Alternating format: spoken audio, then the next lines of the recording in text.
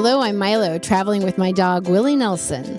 I'm Jenny with my co-pilot, Dakota. Two solo van nomads sharing our stories from the road. We may travel solo, but we don't have to go at it alone. Girls Just Want to Drive Vans podcast is created to help and encourage other adventurers. Thanks for joining us. Hey, I'm Jenny, and I am coming to you from Arizona. And I'm Milo, and I am once again in Mississippi, but at a nice, lovely RV park while I am taking care of my dog's gut issue, and we've been going to the vet. Still, but it's going to get resolved. And we have a new sponsor. We do. Are you excited, Jenny? Oh my gosh, we've been sponsored by so many cool companies. So many. This may be my personal favorite. I mean, last week's was great, but this week, our episode is brought to you by We Give You Permission Incorporated.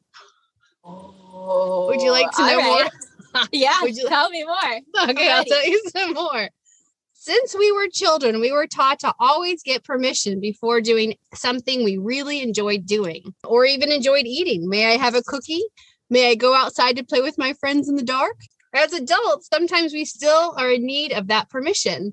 Well, look no more. We're here to help. With We Give You Permission, we're here to fulfill all your dreams. Thinking about taking that time off of work, doing things you want to do that has nothing to do with anyone else's agenda? We give you permission. Wanting to use the money you earn to buy that new thing that you always wanted? We give you permission. With permission, you no longer have to feel guilty about doing something that's good for you. If you need to reclaim your life on your terms, we have you covered. We will give you permission to do good things for yourself with minor indulgences. With We Give You Permission, you could take time to write your book, start that small business, or even train for a marathon. How about moving into a van with your dog? You bet. We cover that. Think about the life you will have when you have permission. Ta-da! Oh, I love it. That was good. That's a good one. It's a good one. I mean, I wrote it, but yeah. I mean, the company sent it to me, but yes. Right. They told you what they wanted you to say. Yes. So I love any work by Glennon Doyle, and she writes Untamed, which is one of my favorite books. I just read it for a second time about a month ago. But I don't remember if it was in Untamed or if it was in her other book, Love Warrior, but she talks about permission slips and that sometimes you have to write yourself a permission slip because, yeah, we are always looking for permission. Always. Mm-hmm. Yeah. And I've touched on it like on a few groups that I post in as far as like not listening to the negativity of other people, but sometimes about not just that, but allowing yourself to like go do what you really want to go do. Like what's stopping you other than guilt, a sense of obligation to other people's needs and their wants and desires. So anyway, I think part of this for both of us is when we go against the norm, we have a chance of having extraordinary lives on our terms. And isn't that what everybody really wants? I would imagine. Right. Yeah. Yeah. Before we get too far into our topic today, which is actually going to be a day in the life of van life, I wanted to shout out to a couple people who are huge fans, and we keep meaning to do this. But today's topic was a request by Carrie. I think Carrie may be our biggest fan as far as one who like she writes narratives and if you ever need someone to support and lift you up, have a Carrie. Yes, absolutely. Everyone needs a Carrie. Not far behind Carrie is Eric. And I know Eric has he's mentioned you or has communicated with you and he follows your podcast now. Also on my end is Marsha. She's the mom of a really good friend of mine. And so she seems to be liking these and following along. Kathy is another woman I met at an RV park in Georgia. She's been following along. And I have to huge shout out to my friend Tammy. She actually is the one who came up with the name of our show. So all of my friends and all of our fans and not less will be getting the new sticker. Boom. Ooh, yes. Yes. You too can have a Girls Just Want to Drive van sticker sent to you by slow mail from the closest post office. Now, I'm sure you have some fans that write to you specifically because they're your friends and family. Who you got? So the first one I want to shout is my dear friend Jenny. She actually, I taught her daughter when she was in first grade, my very first year of teaching. And then I was so lucky to keep Jenny as a close friend and watch her daughter grow up into an amazing person too. But Jenny has been a huge supporter of our podcast, of my podcast, just a huge cheerleader and just a wonderful human. So I want to shout Jenny. I want to shout my sister, who listens to every episode, gives us feedback and suggestions for new topics. And also my mom. My mom is, she's the number one fan. I didn't list a mother or a father on my list. I just like to point out my mom. I don't think my mom's listening or watching these at all. So that's so I'm so proud of you. I'm so glad Jenny's mom watches the show and family. That's great, actually. So yeah, if you send me their addresses, I will send them the sticker since we are not in the same state. So you don't even have a sticker. I don't even have a sticker. I'm a hard target to mail something to also. Yes, but one day when we meet up, I'll get one. So talking about a day in the life of van life, I'll let you start off, Jenny. Tell me a typical day for you in your van. Yeah. And as I was thinking about this, mine's changed a lot because I started this new job back in November, and that has changed my days dramatically because now I work 40 plus hours a week. So typically I am up. I love to have a nice slow morning, but my time zones make working normal hours kind of weird too, because now I work at 7 a.m. So normally I get up early, I take Dakota out, drink some coffee, hang out. My favorite thing in the whole world is watching the sunrise and watching the sunset. So try and incorporate that into every day. But then I work straight from 8 to 4 without much break in between. Right. So I'm teaching full time, and that job, it requires all of my attention. And so all of a sudden it's 8 o'clock, and then boom, it's 4, and hopefully I've eaten some lunch in between. And then my adventure gets to start. So I'm either hiking with Dakota or running or trying to work out. And we'll get to this topic later, I cook in my van. What? What? Cooking? Yeah. So it usually involves some sort of meal prep, planning, cooking. And then I don't rest well. So my evenings are filled with podcast or writing or playing piano or catching up with friends. So my days are very full, and then usually a walk at sunset with the dog. And then it looks totally different, on a weekend or a break. Right. Because you're on school break now. Yes, I'm on school break now, which is why now I'm in casual clothes again. But part of the reason why I got in the van was because I love outdoor sports. So camping, hiking, mountain biking, all of it. So my free time is filled with as much of that as possible. So breaks look like this week I went rock climbing, and I think today I'm going mountain biking. I just went for a run. So just filling my days with as much activity as possible. But the normal weekday looks like a lot of working and keeping myself alive with meal prep. We don't have cable, right? Mm-hmm. So maybe one difference between us and what everyone has been doing for almost a year as far as being shut down in their homes is that we don't have cable. we each have phone services, but we usually have to save our data for work. So entertainment I keep it to a minimum on my phone. Clearly I'm doing this and I'm doing the podcast and I save that data. I do have obviously data that I use to do this, but when you have limited data that you have to use and rely on, you start to minimize your social footprint. As far as I'm not on just searching and watching YouTube channels or watching Netflix and chilling. I hear that's a thing. Yep. So I'm not doing that. I mean, I'm not doing it. So I'm clearly not doing it because I don't want to waste my data.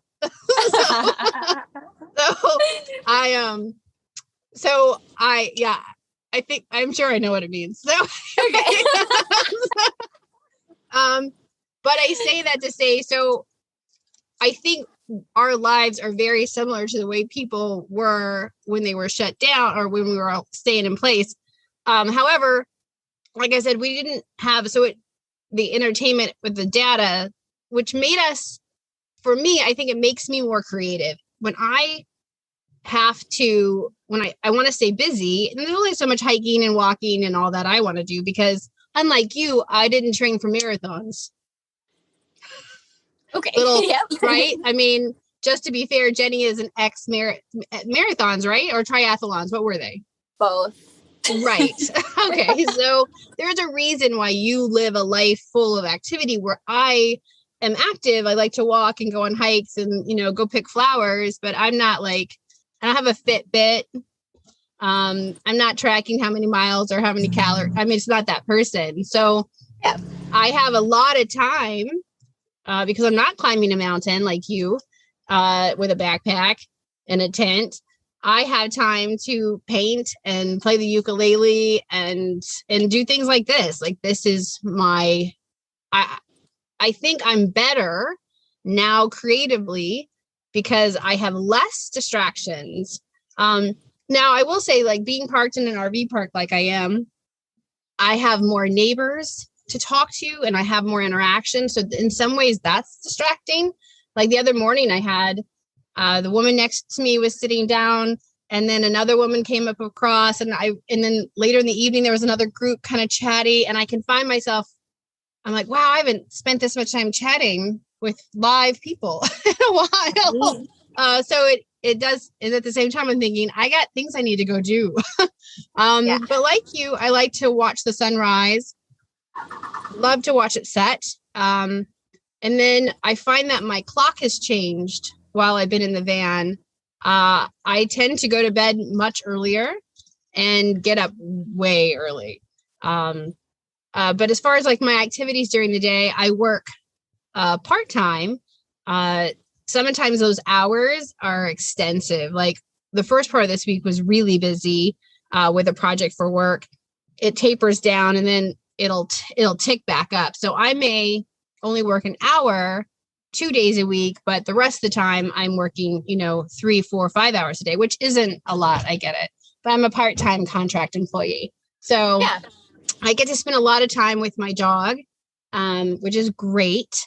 And like I said, being creative, it does change the way I think about things. I will say I watch the weather more. Like right now, there's a big storm that came through here. So I tend to watch the weather more to see about, not that I can really do anything short notice, but long term, if they predict, like when we were in Colorado, after I was with you, there was that snow front that was coming through. It was like an early snow front coming, like way early. It still was summer, but it was supposed to snow. So I boogied out. Like I got as far away from it as possible. Ended up only having 2 kind of crummy cold days instead of being in the snow. So I watch the weather more than I ever have in my life. And I plan. I have a lot of trip planning. Like when you can go anywhere, where do you go? You have to do a lot of research. And then I start looking at weather patterns where I'm going. So I do find that van life has been good for me creatively. I guess about like a day in the life, thinking about like what somebody who doesn't live in a van might be wondering about is not even just like what we fill our time with, but like the little things and what those look like. Like I get up and like I have a couple of outfits that I can rotate through. I pick out my clothes, but I'm not like getting up and jumping in the shower. You know, like good point. You know, I have a kitchen sink and I sort of do my hair at the sink. I can wash my face, but like I actually, one of the first things I do when I get up is the night before I have set up my stove, which is right sort of next to my bed. And then I set up my kettle. So before I get out of bed, I start a burner to boil water for coffee. So like from bed, my alarm gets off, I start coffee, put some clothes on, get Dakota fed, you know, get out, take her for a little walk, come back. And then it's like, yeah, I wash my face, brush my teeth. I have a sink to do all of that in. Right. And cook a quick breakfast. And then I kind of transition my kitchen area to my workspace for the rest of the day. Right. So that same space is your desk during the day. Yes. So you can't hold class and cook. Yeah. I mean, my kitchen, my stove top is right behind where my computer is. So they're both set up, but one's kind of in front of the other. That way I don't have to move them around. So if I need to cook something for lunch, but yeah, I'm like trying to think of some of the things that might be interesting as far as like what is different about my life. Like, yeah, I don't have a TV, but I guess I didn't watch much TV before the van too much either. But yeah, like I have a refrigerator in here. So when I do cook, I have all of that, you know, I'm not commuting, but yeah. And then the evening is just like, all right, what are you going to fill your time with? And I do find that lately in like the last year, I guess, I've ended up traveling with people more or knowing more people on the road where we're constantly crossing paths. So I feel like a lot of my evenings are spent with other ladies on the road or, like you were saying, where you end up not doing all the things you have to do because my evenings are spent hanging out with other van people. I would imagine your van people are a little bit of a different dynamic than when I'm at an RV park, especially when I was in Florida, because it's a lot of snowbirds or people who are retired. I will say I'm seeing a lot more families, a lot more younger people still full-timing. And right across from me, actually, there is a couple that went from boat life to RV life. So they've just made the transition. Now they're in a large class A, so they have the high life. Yeah. I think they went from a sailboat to a large class A. And I'm like, wow, that's a lot of living space that they got. But that's a big transition. So I would imagine the people we're meeting are a little bit different. However, I often wonder, it crossed my mind that I wonder if people think I'm homeless when I tell them that I live in a van. However, when I meet people like this, that they're living full-time in their RVs, and I bet no one would say that they're homeless. But yeah, do you feel that people look at you as if you're homeless? Not really. I mean, but I guess I'm also not coming in contact with too many people that aren't in vans. Oh. No, like I guess when I meet other people, they're also in vans. I don't know. I guess early on when I would meet, like, I'm thinking of an instance where I met my cousin's future in-laws. And this was, 2+ years ago. So van life hadn't exploded quite as much yet. And they were in like from Tennessee, and like, I think they're also from Alabama, maybe. So like not a hot spot for van life either. Sure.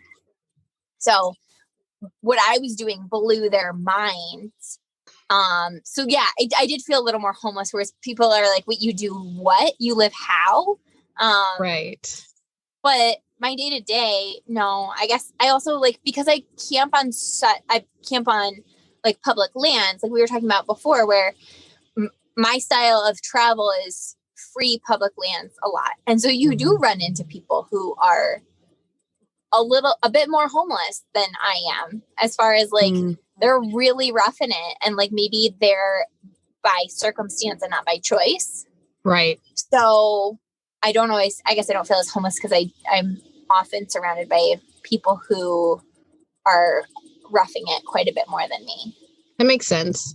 And I guess I was trying to figure out, like, where did that come from for me? And I think it's because I go to dog parks. I take Willie Nelson to dog parks. So I roll my whole house to the dog park because we're in towns. We've been in towns for months now.